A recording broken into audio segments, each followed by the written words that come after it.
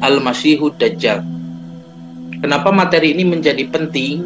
Karena berapa banyak orang Islam yang mengkaji tentang Al-Masihud Dajjal tetapi masih tetap kesulitan memahami seperti apa sosok Dajjal itu sebenarnya. Nah, tentu saja dalam episode kali ini saya akan menyampaikan sedikit data supaya kita bisa memahami lafadz Dajjal itu sendiri dengan kerangka berpikir yang benar. Nah, jadi kajiannya fokus kepada penyebutan Al-Masihud Dajjal, ya. Jadi kajiannya fokus kepada wilayah kebahasaan. Jadi tidak akan dibahas mengenai kehidupan Dajjal nanti setelah muncul seperti apa, fitnahnya bagaimana. Ya tidak sampai ke sana ya, karena terlalu panjang. Jadi kita cukupkan memahami Al-Masihud Dajjal melalui kajian kebahasaan. Baik, kita mulai ya. Memahami istilah Al-Masihud Dajjal. Ini kita tahu bahwa di dalam ajaran Islam penamaan yang digunakan menggunakan bahasa Arab, ini saya sudah berkali-kali menjelaskan ya, bahwasanya di dalam Islam digunakan bahasa Arab sebagai bahasa ajaran ya, yang dibawa oleh Nabi Muhammad SAW. Kemudian juga konsep-konsep ajaran Islam dinamai dengan istilah-istilah dalam bahasa Arab. Tidak ada satupun di dalam ajaran Islam ritual ataupun konsep yang tidak diberi nama. Nah, ini saya sering sampaikan ya, supaya kita semua bisa memahami bahwa penamaan itu bukan tanpa tujuan ya. Jadi tidak ada di dalam ajaran Islam ibadah ataupun konsep-konsep yang tidak diberi nama. Semuanya diberi nama. Ya. Nah, sholat, saum ya, sedekah, kemudian perkara-perkara gaib ya, pintu surga, pintu neraka, semuanya diberi nama. Konsep pahala ya, akhlak baik, akhlak buruk, ada namanya, semua ada namanya. Tolong sebutkan ibadah apa di dalam Islam atau konsep apa di dalam Islam yang tidak diberi nama. Dan tidak ada, semuanya ada nama. Nah, hikmah daripada penamaan itu apa? Nanti dalam ilmu mantik ya dijelaskan bahwa al-ismu atau nama itu litasawwur, supaya menjadi gambaran yang benar ya, supaya menjadi definisi ya di dalam benak kita, bayangan ya, tasawwur, sebuah gambaran yang sesuai dengan apa yang diminta oleh penciptanya. Misalkan kalau saya bilang kita bicarakan seekor kuda, nah saya bilang kuda, itu kan Bapak dan Ibu bisa membayangkan ada binatang ya bernama kuda. Jadi ketika saya ngobrol bab kuda, Bapak dan Ibu pun membayangkan kuda, matching ya, nyambung, obrolan kita nyambung. Coba bayangkan kalau kuda tidak punya nama. Saya katakan, Pak, kita bicarakan hewan berkaki 4 gitu kan. Yang mana ya? Banyak sekali. Nanti saya bicarakan kuda, Bapak dan Ibu membayangkan domba, kan tidak nyambung. Nah, jadi nama itu litasawur. Nanti ada kaitan kalau dalam ranah ibadah ya, ada kaitan dengan niat. Jadi tasawur itu gambaran yang ada di benak kita dengan penamaan itu yang nanti menjadi niat ya, cikal bakal niat. Dan kalau sudah jadi tasawur, malaikat ini sudah tahu dan sudah mencatat. Kata Nabi kan kalau kita berniat amal soleh, sebelum diamalkan sudah dicatat. Ketika diamalkan dikali lipat. Ketika kita beramal buruk, berniat buruk ya, ditahan pena, tidak dulu dicatat ya. Ketika amal buruk itu dilaksanakan baru dicatat. Nah, dari mana malaikat bisa membedakan ini niat baik, ini niat buruk, kalau tidak tahu tentang tasawur, tentang isi hati kita. Nah, maka penamaan di dalam Islam itu nanti dengan menggunakan bahasa Arab kita temukan ada 2 jenis ya. 2 macam. Dilihat dari apakah kata itu sudah dikenal di zaman jahiliyah ataupun tidak dikenal di zaman jahiliyah. Nah, misalkan kalau kita mencari data tentang makna kata sholat misalkan ya. Sholat itu adalah kata yang sudah dikenal di zaman jahiliyah. Nah, kata itu kalau dalam bahasa Arab kalimat gitu kan. Sholat adalah kalimat yang sudah dikenal di zaman jahiliyah. Apa arti sholat di zaman jahiliyah? Ya, as-sholatu kembali kepada makna leksikal, makna arti kamus. As-sholatu ad-du'a. Sholat itu berdoa, ya, kepada berhala, ya, kepada Lata, Uzza, Manat, Dewa Baal dulu. Maka karena ada penyimpangan dalam maknanya, meskipun kata sholat itu dipinjam oleh Quran, oleh ajaran Islam, oleh Nabi Muhammad SAW, tetapi di dalamnya ada makna menyimpang dari ajaran Islam. Kan itu oleh Nabi diluruskan maknanya. Sholat menjadi ritual yang kita kenal sekarang, ya. Nah, lalu juga misalkan contoh lain silaturahim. Silaturahim sudah dikenal di zaman jahiliyah, ya. Lalu Nabi nanti rubah makna silaturahim itu. Nah, ini kan kalau misalkan kita mencari makna yang Nabi rubah, Nabi luruskan, itulah sebetulnya makna yang harus kita pakai sampai sekarang. Makna sholat, makna silaturahim. Nah, ini kata-kata yang sudah dikenal di zaman jahiliyah. Nah, ada juga nanti kata-kata yang tidak dikenal di zaman jahiliyah. Jadi para sahabat pun asing. Apakah asingnya itu karena bahasa Arabnya sudah banyak terkontaminasi? Karena wilayah Mekah itu kan ibu kota ya. Kalau sekarang ya wilayah tempat orang lalu lalang ya. Dulu itu banyak orang berdatangan ke sana untuk ritual haji.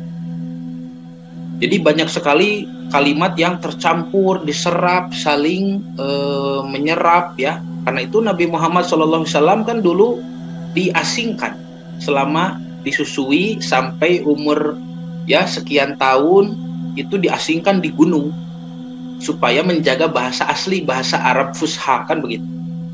Nah, maka bisa jadi Al-Quran mengajarkan bahasa yang sudah lama hilang, atau memang memperkenalkan bahasa-bahasa yang baru.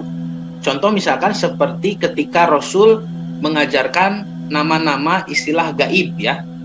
Ada alam Sidratul Muntaha, ada nama-nama pintu surga ya. Nah, secara bahasa misalkan Sidratul Muntaha, orang Arab paham apa itu sidroh, apa itu muntaha misalkan ya. Secara bahasa pasti tahu, tetapi ketika digabung Sidratul Muntaha menjadi makna yang khusus, maka ini sesuatu yang baru ya. Nah, jadi dua sifat penamaan ini ya selalu dipakai dalam pengkajian kebahasaan, terutama dalam bahasa Arab ya, era Islam dan pra-Islam. Nah, berarti kalau kita mau mengkaji Al-Masihud Dajjal, maka kalimat Dajjal ini masuk kemana? Apakah Dajjalun itu kalimat yang sudah dikenal di zaman jahiliyah atau yang belum dikenal? Nah, ketika dicek ya di dalam kamus-kamus istilah ya, di dalam kamus-kamus bahasa Arab, ternyata para ulama ahli bahasa sepakat bahwa lafadz ad-dajjalu ya atau dajjalun itu adalah kata yang sudah dikenal di zaman jahiliyah. Nah, berarti kan kita sekarang tinggal mencari tahu bagaimana orang Arab dulu sebelum ada Islam memahami lafadz dajjal. Apa maknanya?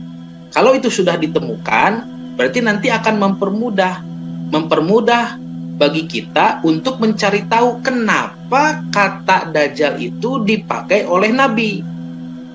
Bisa dipahami ya? Jadi kenapa kata Dajjal itu dipakai oleh Nabi untuk menjelaskan sesuatu di akhir zaman. Jadi ketika Nabi mengambil lafadz Dajjal, ini dipinjam ya. Karena orang jahiliyah sudah paham apa itu Dajjal. Nabi ambil itu untuk menjelaskan sesuatu yang memiliki sifat yang sama. Sesuatu yang memiliki karakter yang mirip dengan Dajjalun di zaman jahiliyah ini. Ya.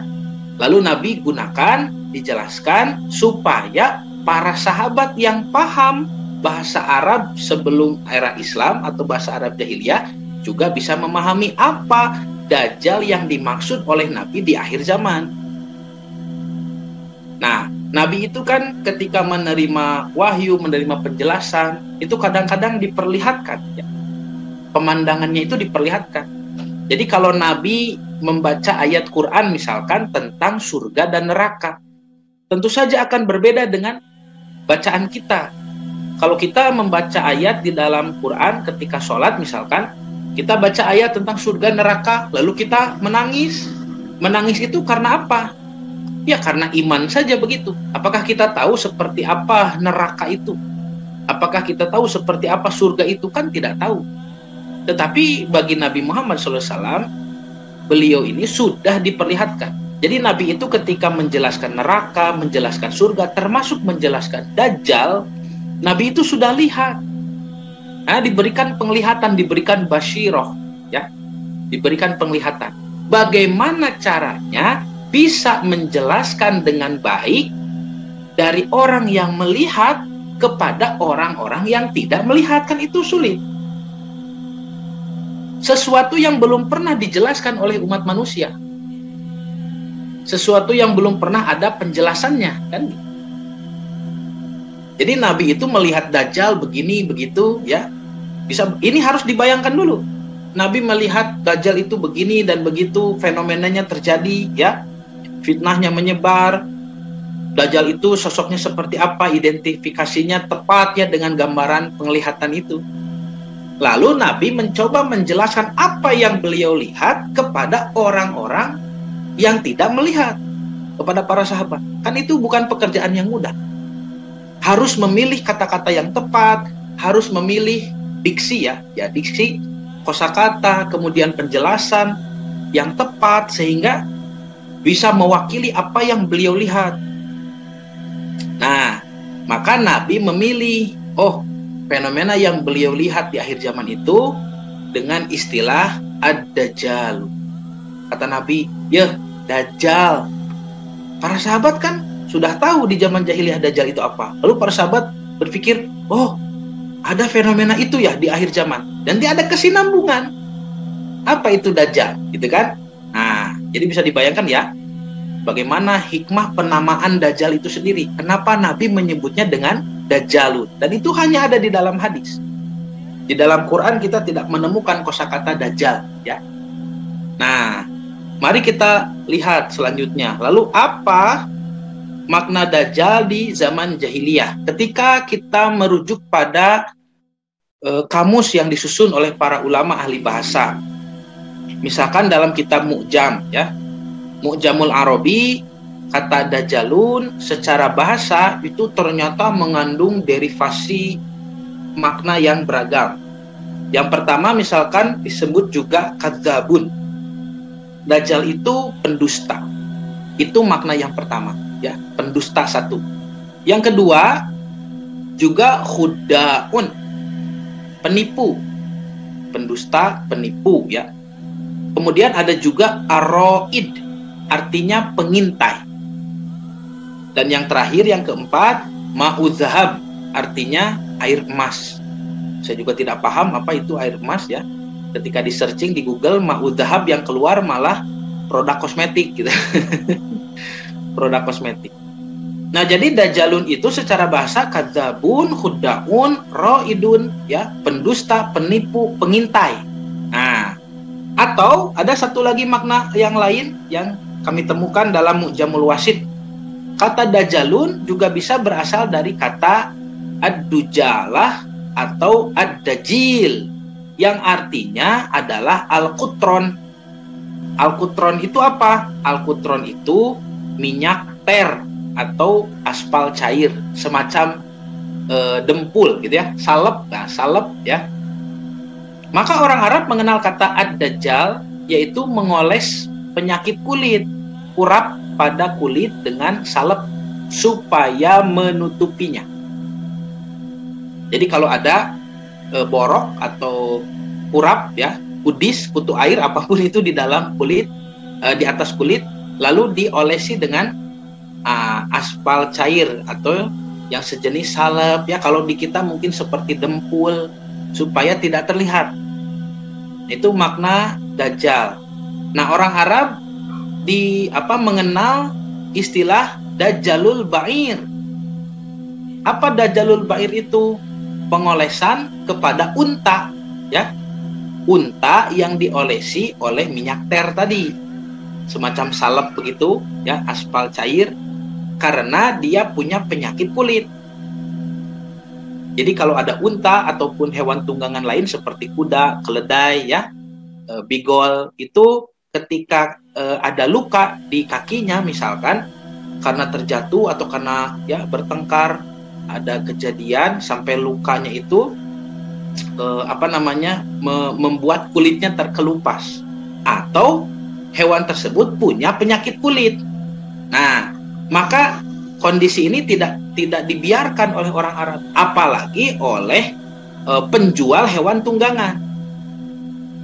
Jadi penjual hewan tunggangan, kalau ada hewan yang dijualnya itu terluka atau berpenyakit kulit, ya, tadi unta, kuda, keledai dan sebagainya, maka dia tutupi itu. Kenapa? Karena kalau tidak ditutupi kan kelihatan boroknya.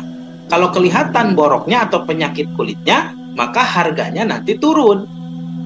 Ya. Nah, jadi Dajjalul Ba'ir, ya, atau misalkan praktek dajjal disebut penipu, ya, disebut pendusta, itu secara bahasa, ya, dikenal di zaman jahiliyah merujuk pada praktek penipuan di zaman jahiliyah. Jadi kalau dalam hewan tunggangan itu juga disebutkan Dajjalul Ba'ir, ya. Dalam hewan tunggangan disebut Dajjalul Ba'ir, ya, unta yang diolesi, ditutupi penyakit kulitnya, ditutupi borok-boroknya dengan semacam salep begitu. Sehingga apa yang terlihat mulus, ya, padahal borok. Ya. Itu kaki unta itu borok atau terluka, tetapi jadi terlihat mulus. Nah, begitu Dajjal itu. Jadi membuat sesuatu yang borok, membuat sesuatu yang buruk, membuat sesuatu yang jelek terlihat bagus. Nah, kita dapatkan makna itu, ya, dalam pengertian bahasa Dajjal. Nah, sedangkan secara istilah ini para ulama ahli bahasa sudah membuat definisi, ya. Dalam Mu'jama'ani Al-Jami, ya, apa yang dimaksud dengan Ad-Dajjal di dalam hadis Nabi, di dalam keyakinan umat Islam, di dalam ajaran Islam, yaitu yakdzibu wa yakhda'un nasa ila anin tabahu ila tajjilih. Orang yang mengelabui manusia dengan berbohong dan menipu supaya manusia terkesan dengan tajilnya atau kebohongannya. Nah, titik 2, al-ityanu bi asya'a la alaqatalaha bil waqi. Ini karakter kebohongannya. Mendatangkan sesuatu yang tidak ada kaitan dengan kejadian sebenarnya. La alaqatalaha bil waqi. Tidak ada kaitan dengan kejadian sebenarnya. Kullu tamwihin khodi'in. Semuanya hanyalah kamuflase dan penipuan. Ya. Jadi apa yang disajikan oleh Dajjal itu terlihat bagus, menutupi sesuatu yang borok, sesuatu yang jelek, ya. Padahal antara yang ditutupi dengan yang ditampilkan itu justru memiliki perbedaan yang sangat jauh. Tidak terlihat, ya, apa yang sebenarnya sedang terjadi, apa yang sebenarnya dia inginkan. Dan itu nanti kalau kita bahas sampai kasus-kasus dalam konteks Dajjal modern, kita bisa temukan, ya, dalam politik-politik negara yang mendukung terhadap keyakinan bahwa Dajjal itu akan datang. Nanti negara-negara adik kuasa seperti itu kan ada, ya, sekarang. Nah, negara-negara yang memang percaya, ya, mendukung kepada gerakan Dajjal. Nah, itu mereka yang membuat propaganda. Sehingga apa yang ditampilkan oleh media yang mereka buat sendiri dengan kejadian yang sebenarnya, yang mana menjadi tujuan dan keinginan mereka, itu tidak ada hubungan, tidak ada kaitan sama sekali. Contoh misalkan ketika gedung WTC ditabrak oleh pesawat, katanya begitu, ya, pesawat yang dikemudikan dengan dibajak, ya, oleh seorang yang bernama Osama bin Laden, kan begitu. Di dalam media kan apa yang diceritakan di media seolah-olah Osama bin Laden yang dari Afghanistan ini ya sedang menyerang negara Amerika. Padahal ya ketika kita membaca pendapat para pemerhati hubungan internasional, justru saat itu Amerika sedang ketakutan kepada bom nuklir yang sedang diproduksi secara hebat di negara Pakistan. Ini kan tidak nyambung ya. Kenapa Amerika itu takut kepada negara Pakistan yang memiliki bom nuklir sendiri?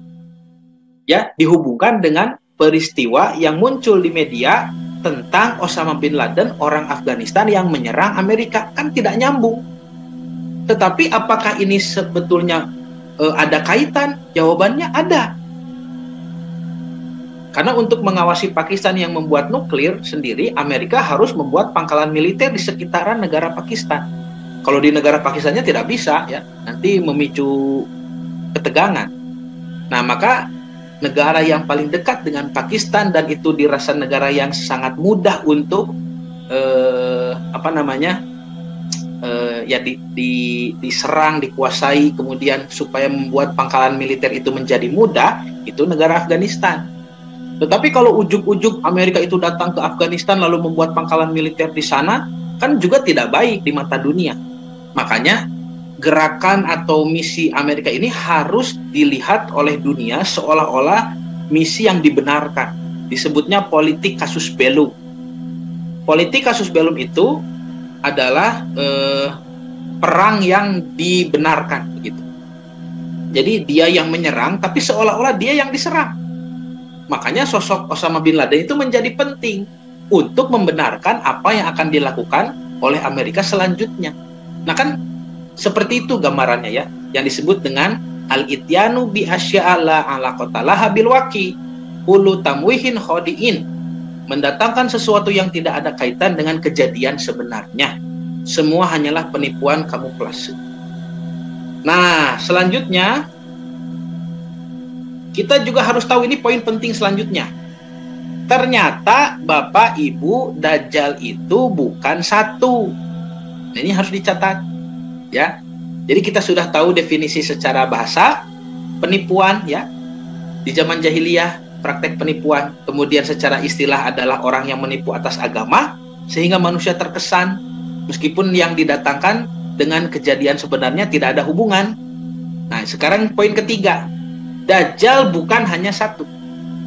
Dari mana kita tahu? Dari hadis Nabi Muhammad SAW. Nabi bersabda dalam hadis sahih riwayat Muslim, ya. An Abi Hurairah radhiyallahu anhu, dari Abu Hurairah, semoga Allah meridhoi kepadanya.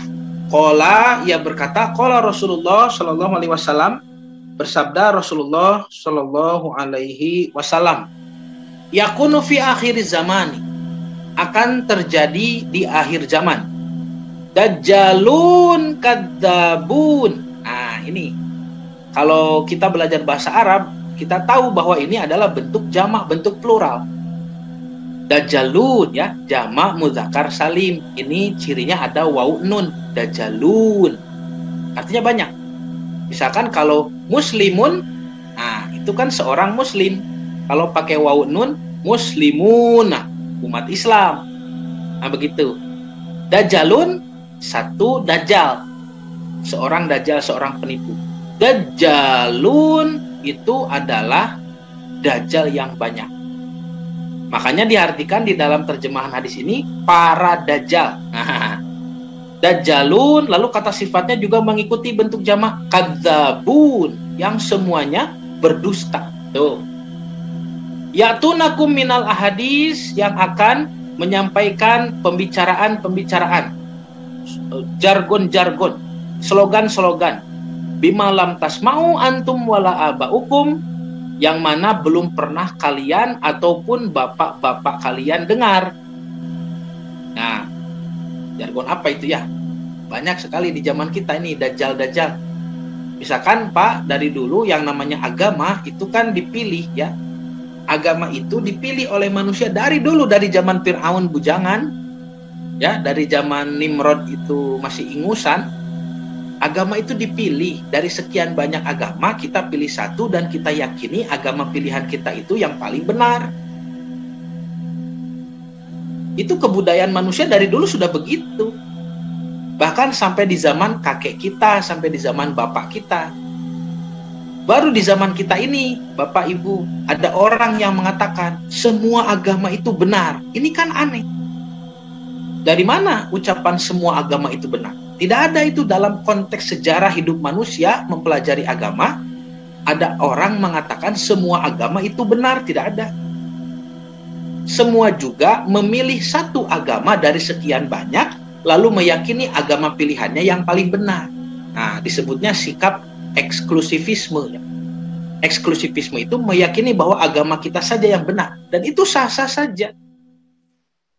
Dari dulu manusia seperti itu. Baru sekarang kita dipaksa untuk meninggalkan eksklusivisme, lalu diganti dengan inklusivisme atau pemahaman bahwa kebenaran bisa juga ada dalam agama orang lain. Nah, ini kan yang disebut dengan al-ahadis bimalam tasma'u antum wala abaukum. Ucapan-ucapan yang tidak pernah didengar oleh kalian dan oleh bapak kalian sebelumnya. Salah satunya ya.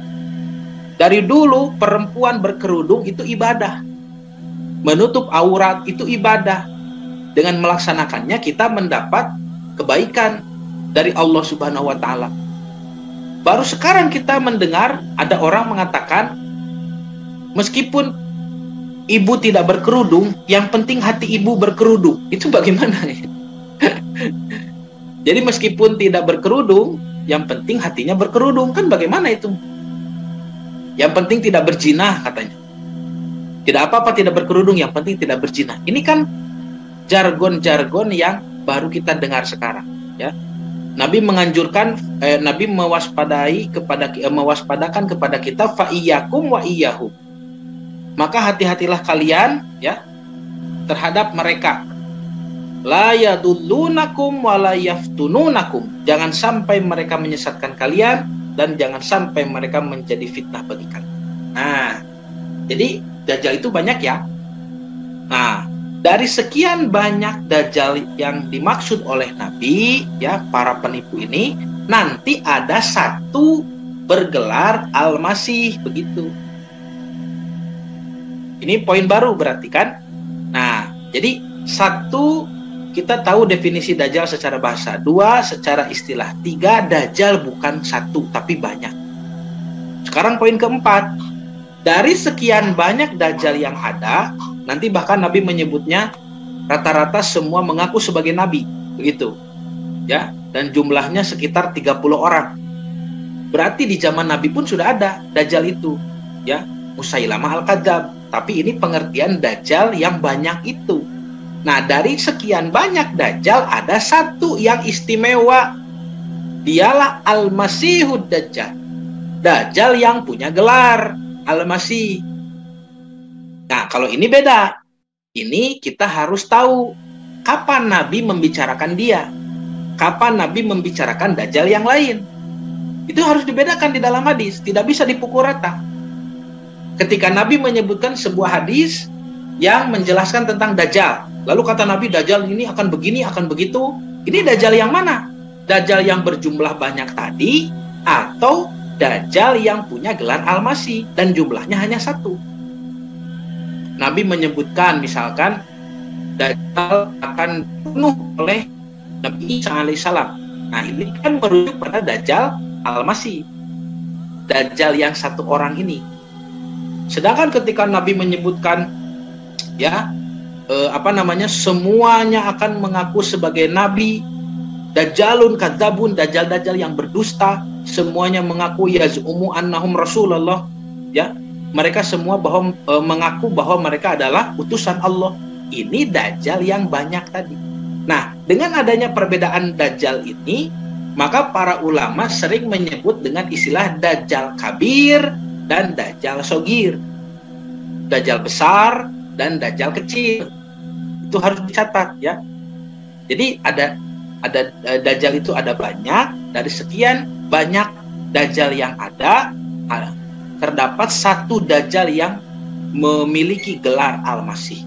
Nah, ya, yaitu Al-Masihud Dajjal yang Nabi menyebutkan dia ini akan berwujud ya. manusia berdarah Yahudi yang muncul di Yerusalem sebagai pemimpin dunia dengan kekuasaan dan kekuatan berteknologi canggih. Yang mana teknologi canggihnya itu tidak pernah dimiliki manusia sebelumnya. Dan dia mengaku dirinya sebagai Al-Masih, tentu saja. Al-Masih menurut dirinya, dia adalah Al-Masih Isa bin Maryam. Jadi Yesus palsu atau Isa palsu, ya. Bahkan akhirnya dia mengklaim keilahian atau mengaku sebagai Tuhan. Nanti siapa yang tertipu? Yang tertipu adalah kaum yang mengeluh-elukan Al-Masih seperti Yahudi, dan juga kaum yang menyangka bahwa Isa Al-Masih adalah Tuhan. Bisa dipahami? Siapa yang nanti tertipu oleh Al-Masihud Dajjal? Satu, orang yang menanti-nanti kedatangan Al-Masih. Saya pernah menjelaskan itu di episode Takdir Yerusalem, ya. Yerusalem sampai 3 pertemuan, kan? Yahudi itu menanti-nanti Al-Masih. Ketika Al-Masih asli datang, Nabi Isa alaihissalam malah dibunuh, kan? Untung diselamatkan oleh Allah. Tetapi ketika nanti Al-Masihud Dajjal ini datang, siapa yang bergembira? Siapa yang menyambut mereka? Itulah bangsa Yahudi. Siapa yang menyambut dia, maksud saya? Itulah mereka Yahudi. Lalu Al-Masih ini mengaku juga sebagai Tuhan. Ini kan cocok sekali dengan ahli kitab. Yang satu menanti-nanti Al-Masih, Dajjal ini juga mengaku Al-Masih. Dipercaya oleh kaum yang menanti-nanti Al-Masih, yaitu Yahudi. Lalu ada juga kaum yang mengkultuskan Nabi Isa sebagai Tuhan, itu orang Kristen. Dan Dajjal ini, Al-Masihud Dajjal juga akan mengaku sebagai Tuhan.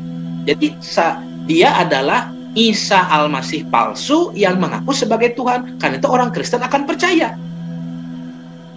Kecuali nanti orang-orang yang oleh Allah diberikan hidayah, ya, diberikan petunjuk yang tepat. Di antara orang Kristen pun ada nanti yang tidak tertipu, ya, yang bisa mengkonfirmasi, mengidentifikasi siapa Al-Masihud Dajjal ini. Dan itulah orang-orang Kristen yang akan bergabung bersama kita, bersama umat Islam, menjadi satu pasukan yang kuat, ya. Jadi Kristen mana yang dimaksud? Itu Kristen Ortodoks, ya. Kristen Ortodoks yang tidak menyebut Isa sebagai Tuhan. Jadi kenapa nanti Kristen Ortodoks tidak tertipu oleh Dajjal? Karena mereka memiliki akidah yang benar, bahwa Tuhan hanya satu, Tuhan Bapa di surga. Sedangkan Isa Al-Masih bukan Tuhan. Maka ketika Al-Masihud Dajjal yang palsu ini mengaku sebagai Tuhan, orang Kristen Ortodoks bakal tahu, ini tidak mungkin Tuhan. Karena Nabi Isa bukan Tuhan, kan begitu. Jadi nanti Kristen Ortodoks ini akan bergandengan dengan umat Islam, ya, menjadi satu pasukan melawan pasukan Dajjal. Meskipun nanti kita kerepotan, di dalam hadis disebutkan begitu. Nah, ini penyebutan dalam literatur Kristiani, ya. Saya kutip dalam Injil Matius, dan ini adalah teks Peshitta, yaitu Injil berbahasa Syriak Aramaik, ya, atau Lisono Suryoyo, bahasa Suryani. Nah, kalau tadi di dalam undangan WhatsApp, ya, itu teksnya tidak terbaca. Nah, tidak terbaca aksara Aramaiknya, ya, dalam tanda di dalam kurung itu kosong kelihatannya. Nah, seharusnya ini yang bercetak kuning, ya. Nah, tadinya mau dituliskan oleh Pak Haji Dik-Dik ini, ya. Pak Haji Dik-Dik mau nulis ini tadinya, gitu. Mesihad Degala, gitu, ya. Nah, Mesihad Degala ini disebutkan di dalam Injil Matius pasal 24 ayat 24. Karena akan datang banyak Al-Masih palsu dan nabi-nabi palsu. Begitu kalimatnya. Nah, dibaca dalam teks Peshitta, ya. Nekumun ger Mesiha Degala wa nefiye de kadavuta. Wah, disebut kadavuta. Apa kadavuta itu? Kadabun, ya, berdusta. Jadi akan datang banyak sekali Mesiha Degala. Mesiha Degala, Al-Masihud Dajjal. Kenapa disebut Dajjal? Berarti orang-orang yang menggunakan bahasa Aramaik, bahasa Suryani pun tahu bahwa makna Dajjal itu penipu. Sama dengan orang Arab, ya, banyak. Sama. Ya. Dan mana kedatangan Masihud Dajjal itu juga diikuti dengan Neviye de Kadavuta, nabi-nabi yang palsu, nabi-nabi yang berdusta. Ini selaras dengan ucapan Nabi.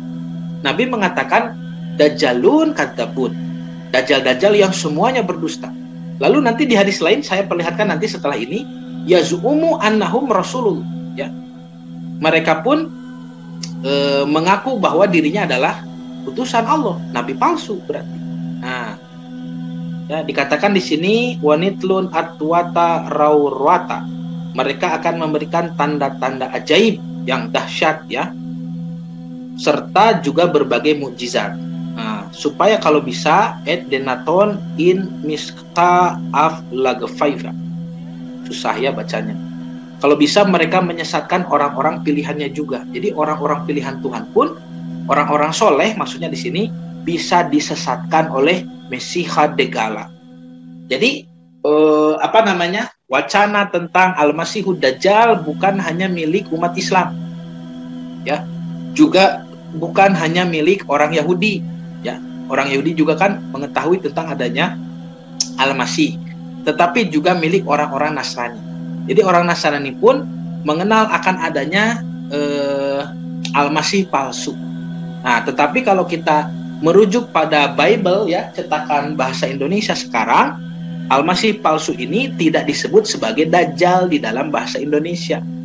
Jadi di dalam Bible versi bahasa Indonesia disebutnya dengan istilah Antikristus.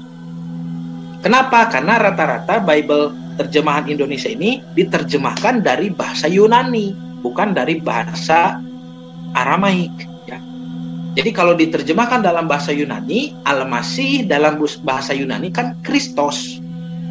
Makanya disebut Yesus Kristus. Nah, Kristos itu dalam bahasa Yunani, koin Greek, adalah Al-Masih, seseorang yang diurapi. Maka ketika menyebut Mesiha Degala, Al-Masihud Dajjal atau Kristus palsu, gitu ya, Al-Masih palsu, bahasanya adalah Antikristus. Nah, Antikristus, ya. Nah, ini juga saya cek, ya, Injil Matius pasal 24 yang tadi versi Arabnya. Nah, disebutkan di sini, ya, tentang Mesiha Degala itu diterjemahkan dengan istilah Mushaud Dajjalun. Nah, di sini disebutnya Mushaud Dajjalun, Mesias yang palsu atau Al-Masih yang palsu. Wa anbiya kadzabun. Nah, dan nabi-nabi yang berdusta. Sama, ya. Jadi ayat suci yang termaktub di dalam Matius 24:24 menurut tradisi Kristen yang tertulis dengan menggunakan istilah Syro Aramaik Mesiha Degala, ya, bahasa Arab, ternyata memiliki kesejajaran, ya, istilah ini dengan istilah Arab Mushaud Dajjalun. Nah, sesuai terjemahannya tadi, ya, yang sama-sama berbentuk jamak plural. Berarti memang bukan satu Dajjal itu. Nah, dan istilah Syro Aramaik Mesiha Degala, ya, sebagaimana termaktub di dalam teks Pesita tadi, ternyata berdasarkan pada kajian semantik leksikal, kajian kebahasaan, bermakna ganda, yakni merujuk pada makna the anointed ones. The anointed ones itu apa? Seseorang yang diurapi. Dalam konteks agamis, agama Yahudi Nasrani, ya, agama ahli kitab, apa itu yang diurapi? Seorang juru selamat, ya, seorang juru selamat yang dinanti-nanti. Dan juga dalam konteks politis, yang nantinya Masihud Dajjal ini akan memimpin dunia. Nah, akan memimpin. Nah, mari juga kita lihat teks perjanjian baru di Yohanes 1 pasal 2 ayat 22. Nah, ini yang tadi saya sebut sebagai Antikristus, ya. Nah, di sini dicatat bahwa Al-Masihud Dajjal menurut keyakinan orang Kristen, ya, di dalam Injil Yohanes 1, ya. Dan Yohanes itu banyak versinya, ya. Merupakan sosok yang kontras, yang berlawanan dari Yesus Isa Al-Masih atau Isa alaihissalam yang disebut sebagai Al-Masih asli. Jadi Al-Masihud Dajjal itu lawannya, makanya disebut Kristus dan Antikristus. Tuh disebutkan faman huwal kadzabu illal ladzina yunkaru anna yashu huwa al-masih. siapakah dia sang pendusta itu? Bukankah dia yang menyangkal, tidak menerima, mendustakan bahwa Yesus adalah Al-Masih? Hadza huwa al-Masihud Dajjal. Oh, ini Injil versi Arab ya. Dia itu adalah antikristus. Tuh, aladiyun karul ab wal ibnu ma'an, yaitu dia yang menyangkal baik bapak maupun anak, Tuhan bapak ataupun Tuhan anak. Nah, jadi dikenal juga di dalam literatur orang Kristen bahwa Al-Masihud Dajjal itu adalah lawan daripada Al-Masih asli Isa bin Maryam. Nah, kemudian ada kabar gembira dari Nabi kita Muhammad SAW bahwa Al-Masihud Dajjal, Al-Masih yang palsu, the false Messiah tadi, itu akan dibunuh oleh the true Messiah, Al-Masih yang asli. Jadi Al-Masih palsu akan dibunuh oleh Al-Masih asli. Nah, ini kan ada hadisnya ya. Ini kabar gembira bagi kita. Nah, ini hadisnya. Nabi SAW bersabda, "Fabainama huwa kadzalik." Ketika Dajjal itu mengepung, ya ini hadisnya dalam konteks sedang mengepung umat Islam waktu itu nanti terjadi. Idz ba'atsallahu al-Masiha ibna Maryam. Kemudian ya, tatkala Allah mengutus Al-Masih asli ibnu Maryam, ya, Isa Al-Masih. Fa yanzilu indal manaratil baydha, maka dia turun di menara putih. Nah, menara putih mana yang dimaksud? Syarqiyah Dimashq baina mahrudatain, yang terdapat di menara putih, di Masjid Menara Putih sebelah timur Damaskus, ya, sebelah timur Damaskus. Nah, ini kan masjid yang dimaksud dengan menara putih di sebelah timur Damaskus sampai sekarang juga ada menaranya, ya. Dan saya kutip di sini fotonya ya. Nah, ini putra Maryam turun di menara putih Damaskus dengan mengenakan dua baju dicelap wars dan ja'faran, seraya meletakkan kedua tangannya di atas sayap dua malaikat. Bila ia menundukkan kepala, air pun menetes. Bila ia mengangkat kepala, air pun bercucuran seperti mutiara. Tidaklah orang kafir mencium bau dirinya, melainkan ia akan mati. Sungguh bau napasnya sejauh mata memandang. Isa alaihissalam mencari Dajjal hingga menemuinya di pintu Lud. Nah, ini nanti juga ada gambar pintu Lud ya. Lalu membunuhnya.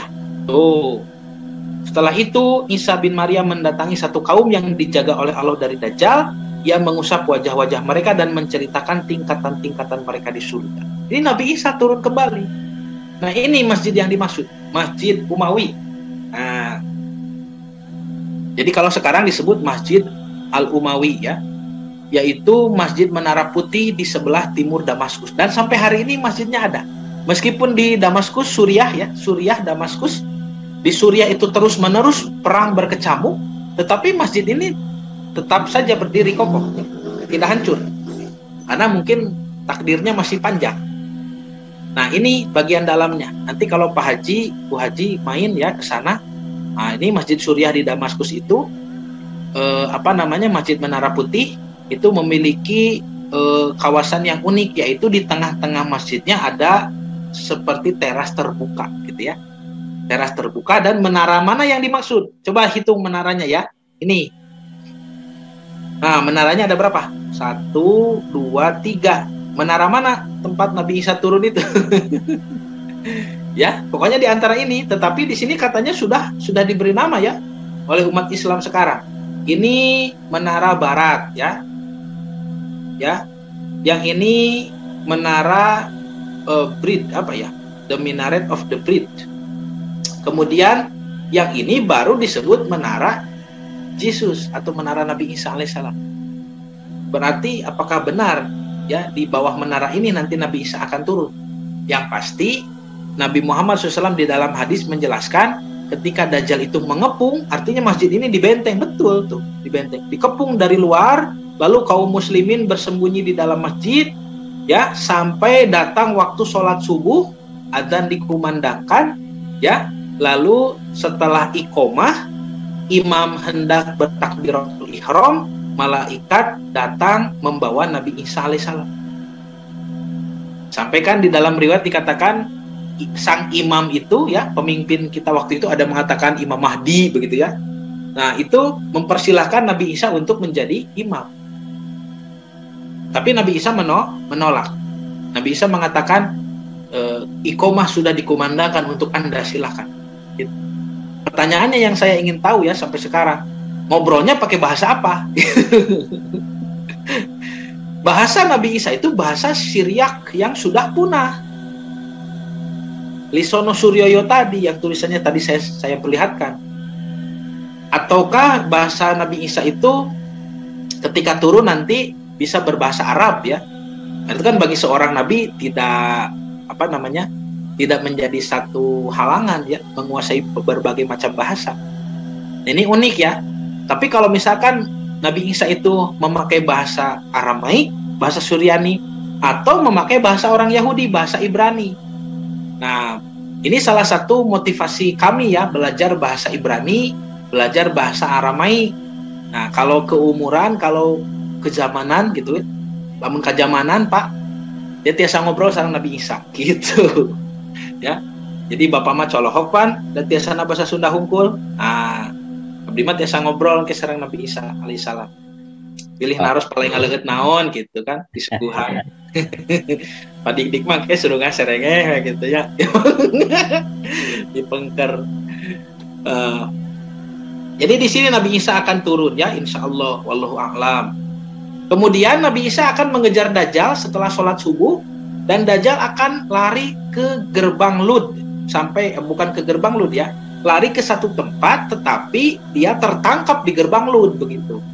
Nah, ini kalau kita lihat di dalam peta, Suriah itu di mana? Suriah itu Damaskus kan di sebelah utara Palestina ya, di sini sebelah utaranya.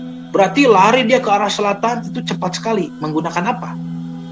Walau alam, kalau punya jet pribadi mungkin naik jet pribadi, tapi Nabi Isa bisa menangkapnya.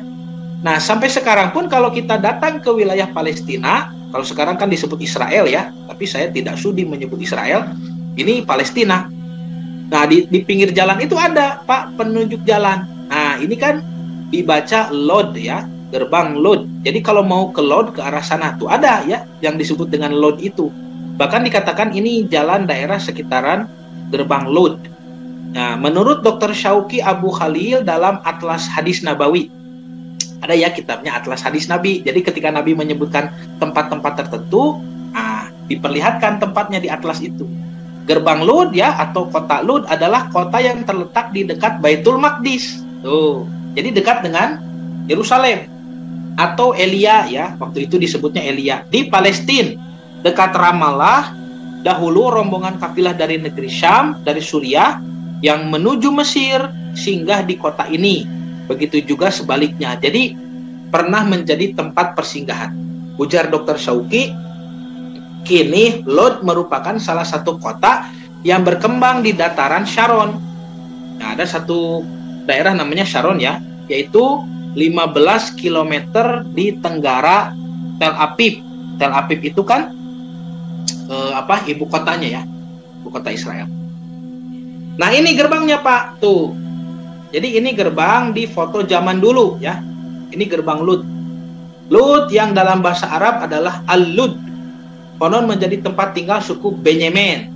Masih ingat ya, suku ke-12 di Bani Israel. Kota seluas 12.000 km. Ya, 12.226 km persegi itu sudah muncul sejak periode Kanaan, periode zaman Nabi Ibrahim hijrah ke Palestina ya. Nah, itu kan masih disebut Kanaan waktu itu. Temuan tembikar di daerah tersebut menunjukkan kota Lud telah eksis sejak 5.600 sampai 5.250 tahun sebelum Masehi. Berarti dari zaman Nabi Nuh ya sudah ada. Nah, ini kota Lud. Nah, sekarang seperti apa gerbangnya? Ini kan gambar gerbang dulu ya. Gambar gerbang zaman dulu. Kalau sekarang ini ya. Kalau sekarang, ini gambarnya. Sejak saat itu, Lud menjadi hunian bangsa Yahudi hingga penaklukan yang dilakukan oleh Romawi. Sudah pernah saya jelaskan ya di Takdir Yerusalem. Pada tahun 70 Masehi, kota ini dikenal sebagai pusat pemikir dan pedagang Yahudi. Ini gerbang Lud. Jadi di mana nanti ketemunya Nabi Isa dengan Dajjal? Nah, itu kan seru ya. Nah, bisa di depan jalan ini, atau di atas benteng sana atau di belakang benteng sana, di mana wallahu alam. Yang pasti Nabi mengatakan dan Al-Masih menangkapnya di Lud gitu ya. Dan ini gerbang kota Lud. Nah, jadi nanti di sini ya ditangkap Dajjal lalu dibunuh. Nah, kembali kepada pembahasan Dajjal secara bahasa tadi ya. Kita kembali kepada pembahasan Ad-Dajjalu, Al-Masihud Dajjal. Berarti kalau Nabi Muhammad SAW membedakan Dajjal yang banyak tadi, yang semuanya berdusta, juga ada satu Dajjal khusus yang akan dibunuh oleh Nabi Isa, dan sabda Nabi ini berkesesuaian dengan data yang didapat dari literatur yang lebih kuno, ya, kitab orang-orang Nasrani, ya, yang tadi berbahasa Aramaik. Berarti memang yang dimaksud dengan Dajjalun itu tidak satu. Nah, maka para ulama sering membuat perbedaan definisi ya, perbedaan istilah. Yang disebut dengan Dajjal itu ada Dajjal Kabir, ada Dajjal Sogir. Jadi kalau Dajjal Sogir ya, itu Dajjal kecil yang banyak tadi. Kalau Dajjal Kabir, Dajjal yang muncul nanti di Yerusalem sebagai Al-Masih, mengaku sebagai Tuhan dan dibunuh oleh Nabi Isa alaihissalam, sang Al-Masih asli. Nah, ini juga ada hadis tentang fitnahnya ya. Hadis riwayat Muslim. Nah, ini saya baca di dalam kitabnya langsung kan, Sahih Muslim, ini Syarah Nawawi ya. Ini kitabnya. Kitab Sahih Muslim ini Syarah Imam An-Nawawi ya. Nanti Imam An-Nawawi menjelaskan ya seperti apa sebetulnya fitnah Dajjal itu. Nabi bersabda dari sahabat Jabir bin Samurah ya, dia meriwayatkan Nabi bersabda menjelang hari kiamat akan muncul para pendusta. Waspadalah terhadap mereka. Nah, ini hadis dari Abu Hurairah juga ada. Radhiyallahu anhu qala Rasulullah sallallahu alaihi wasallam yakunu fi akhir zaman. Oh, ini yang tadi ya, Dajjalun kadzabun dijelaskan dengan syarah Imam Nawawi. Yakunu fi akhir zaman, yang dimaksud dengan akan terjadi di akhir zaman itu menurut Imam An-Nawawi akhir zaman hadhil ummati. Akhir zaman umat Nabi Muhammad, umat ini, umat Islam. Dajjalun, minad dajjal wa huwa at-talbis. Dajjalun itu bentuk aslinya dari kalimat atau dari lafaz ad-dajjal, yaitu at-talbis. Talbis itu apa? Talbis itu ya topeng ya, penipuan, fitnah begitu. Makanya ada istilah talbis iblis ya, penipuan iblis, atau bahasa akademiknya diabolisme ya, diabolisme. Orang-orang yang menipu dengan ilmunya begitu. Ya, jamak dari dajjal ya, dajjalun tadi ya, talbis jamak dajjal. Wa huwa kathirul makar, yaitu banyaknya makar-makar, rencana jahat. Wa talbis, dan penipuan-penipuan, topeng-topeng. Karena tadi kan menutupi sesuatu yang buruk ya, sehingga terlihat bagus, terlihat baik. Nah, apa itu? Al-khudaun ya, khudaun ya, para penipu.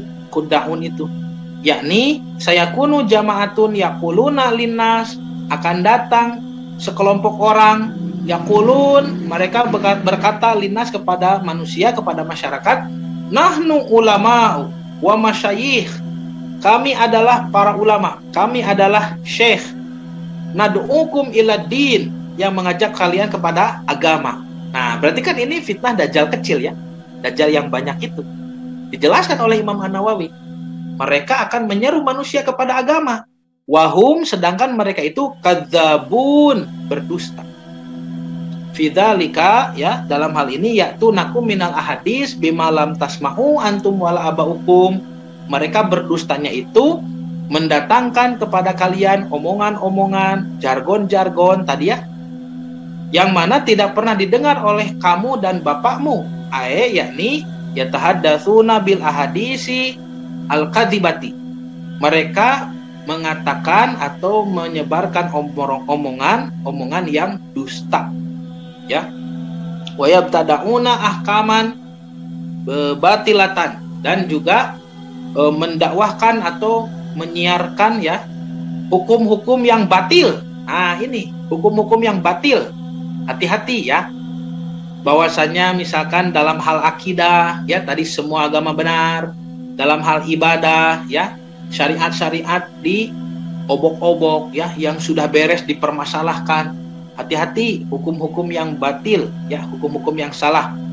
Wa i'tiqadati fasidah, dan akidah-akidah yang sesat, ya yang apa, fasad, yang rusak, ya. Oh, ini ya ada terjemahnya. Di akhir zaman, ya sudah tadi ya, datang orang-orang yang berkata-kata, menyampaikan hadis yang tidak pernah didengar oleh kita maupun bapak kita, berkata-kata dengan ucapan dusta, mengkampanyekan hukum-hukum batil dan keyakinan-keyakinan rusak. Nah, ada satu kitab lagi yang unik dari para ulama, ya, yaitu kitabnya Syekh Nasruddin Abdurrahman bin Nasir, ya maksud saya Abdurrahman bin Nasir As-Sa'di. Nah, ini kitabnya. Kitab Risalatani fi fitnati Dajjal wa Ya'juj wa Ma'juj. Kitab tentang dua risalah, ya, dua catatan, dua kitab, ya, tentang fitnah Dajjal dan Ya'juj Ma'juj. Nah, di dalam kitab ini Syekh As-Sa'di, ya, Abdurrahman bin Nasir As-Sa'di, beliau ini ulama terkenal, ya, bukan orang sembarangan. Kalau Bapak dan Ibu mengenal siapa itu Syekh Utsaimin, ada yang kenal Syekh Utsaimin, ya, ulama kontemporer, ulama zaman sekarang kan. Syekh Utsaimin itu muridnya, ya. Jadi Imam As-Sa'di itu gurunya Syekh Utsaimin. Bahkan Syekh As-Sa'di itu menulis kitab tafsir yang dikenal dengan tafsir As-Sa'di. Jadi bukan ulama sembarangan ini, ya. Bukan ulama sembarangan, bukan orang sembarangan. Syekh As-Sa'di itu penulis kitab tafsir juga. Bahkan saya punya kitab tafsirnya, ya. Tafsir As-Sa'di ini. Taisirul Karimir Rahman fi Tafsiril Kalamil Manan. Ini tafsir As-Sa'di. 30 juz, hanya 1 jilid. Nah, termasuk tafsir mukhtasar, ya, tafsir ringkas, ya. Jadi Bapak dan Ibu kalau mau beli tafsir yang ringkas, ya, seperti ini tuh. Jadi di kotak kecil itu ada Quran, ayat Quran, di pinggirnya ada penjelasan tafsirnya. Ini tulisan Syekh As-Sa'di, dan ini tafsir terkenal di dunia para pelajar ilmu tafsir, ya. Tafsir As-Sa'di ini banyak dirujuk. Ini bukan tafsir sembarangan. Dan sudah diakui oleh negara waktu itu, ya, di Saudi Arabia, dan diakui oleh para ulama yang hidup di zamannya. Ini tafsir As-Sa'di. Nah, maka kitab tentang Risalatani fi fitnati Dajjal wa Ya'juj Ma'juj ini juga tulisan Syekh As-Sa'di. Yang mana di dalam kitab ini, di dalam kitab Fitnatul Dajjal ini, Syekh As-Sa'di menjelaskan berdasarkan nas-nas yang ada bahwa Dajjal akan muncul dengan membawa 2 fitnah besar. Fitnah apa itu fitnah besar yang dimaksud? Yaitu 1 berupa fitnah paham, pemahaman. Hati-hati, fitnahnya pemahaman, ideologi. Yang kedua, sistem di kehidupan. Sistem apa saja itu?